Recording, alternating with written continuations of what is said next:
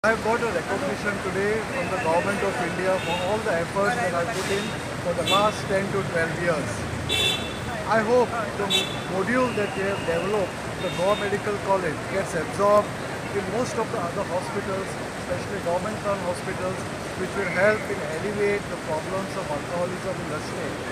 I want to now get involved myself in towards the Gram Panchayat level. I would like to visit every Gram Panchayat and then put forward a proposal wherein we can start spreading the message of prevention of alcoholism at the Gram Panchayat level.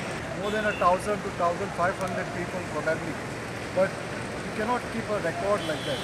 However, we have started this counseling group of Alcoholics Anonymous in our Goa Medical College, and this will help us to counsel each and every member of alcoholism admitted in our premier institute of Goa Medical College. I request all our doctors from Goa Medical College and elsewhere to cooperate with us and send their patients to our counseling group on Wednesday evenings for further counseling. In